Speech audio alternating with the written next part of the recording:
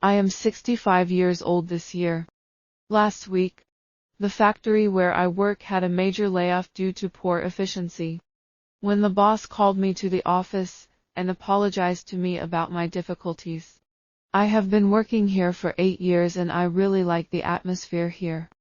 Although the monthly salary is only 3 or 4,000, the boss is reasonable and easy to get along with colleagues. Due to my poor health, I often need to take leave. In my previous company, I would have been fired long ago. Although I can't bear to leave the factory, I also know the boss' difficulties. After 3 years of low periods, he has been able to survive until now. And it is not easy for him to pay us wages on time every month and never default. I am 65 years old and cannot compare with young people in terms of age, physical strength, and skills. If I am not on the layoff list, I shook hands with the boss and said, "It's okay. I wish you a prosperous business and a better future." I dried my tears and returned to the workstation, packed my belongings, went to the finance department to settle my salary. When I returned home and looked at my spouse, who had been laid off 4 months ago and was looking for a job, I sighed and told him about my situation. Upon learning that I had also lost my job, we were both silent for half an hour. But he first broke the calm and said to me in a calm voice, "We're both 68 and 65. And we're too old to find a job again. Fortunately, we both have retirement benefits. You and I have more than 2,000. And I have more than 3,000. Which adds up to more than 5,000. There's also a vegetable plot in our hometown building. So we can afford it anyway." I understand what my spouse means. And I'm sure everyone is also curious. Since we both have a monthly pension of over 5,000, why do we still have to come out to work? In fact, 40 years ago, when I gave birth to my daughter, I had a difficult delivery and suffered from severe bleeding. With the help of the hospital, although the mother and daughter were safe, I injured my body and was unable to conceive again. My father-in-law was not satisfied with this and requested that my husband end his marriage with me and marry another woman to have a son.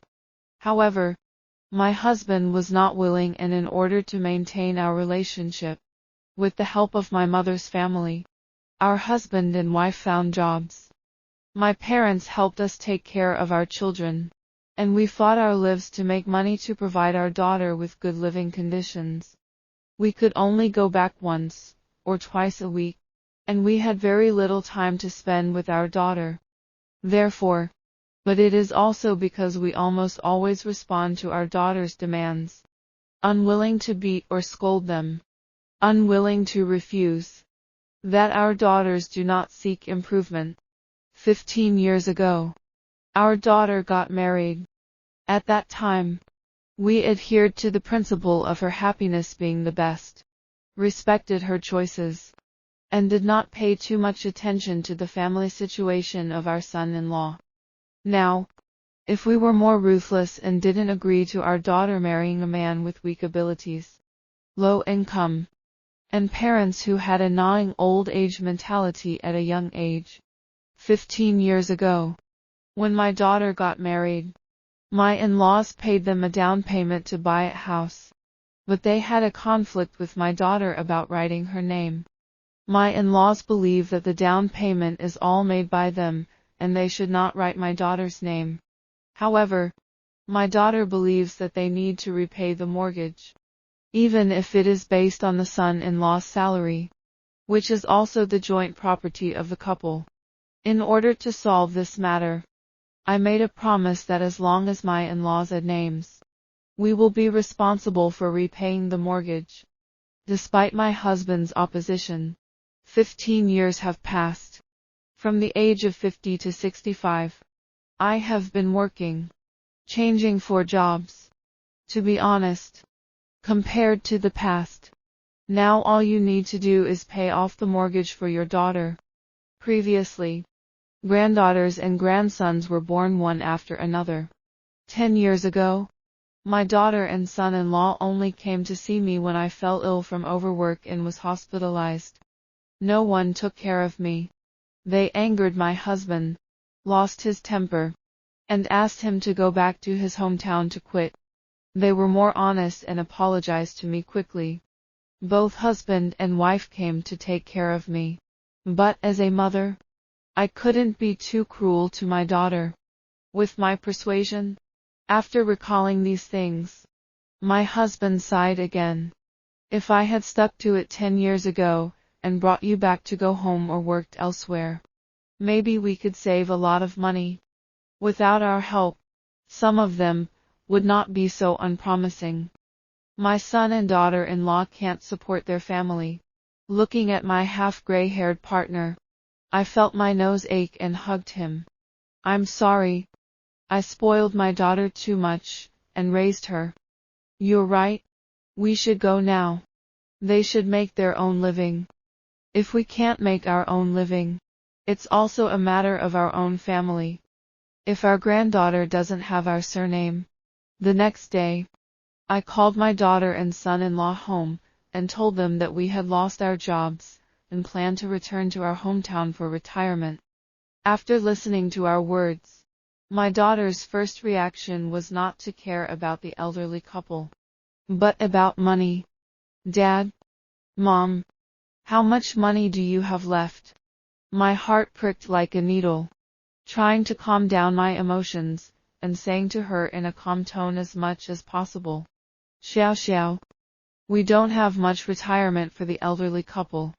We only have enough for us to spend. We paid you off the mortgage for 15 years, and you should take care of the remaining 15 years yourself. Both children are going to middle school. Seeing that our things were all packed, our daughter and son-in-law had to say a few auspicious words, asking us to take care of ourselves all the way. On the second day after we cut off our daughter's mortgage, we returned to our hometown, and were busy cleaning the house, cleaning the vegetable garden, chatting with our neighbors. On the third day, when I was chatting with my daughter, I learned a lot of information. It turned out that after we cut off our mortgage payment that day, my son-in-law had an argument with her, and hoped that her daughter would come to us again to see if she could get our pension. After gnawing at us for over a decade, my daughter finally woke up. I cursed my son-in-law and said, every time my parents don't want to give money, you talk about retirement. All right. My parents have paid off their mortgage for 15 years. And we don't even need to pay for their alimony. Shouldn't your parents also start to take action? I lied to them earlier. If they don't help, I won't provide them with retirement. If you don't act recklessly, I'll divorce you and take my daughter away. If you take care of your son alone. The son-in-law had no choice but to take care of his daughter. So he naturally dared not end his marriage, and had to go to his hometown to make a scene. Therefore, under the pressure of his son, after listening to the story, forget it.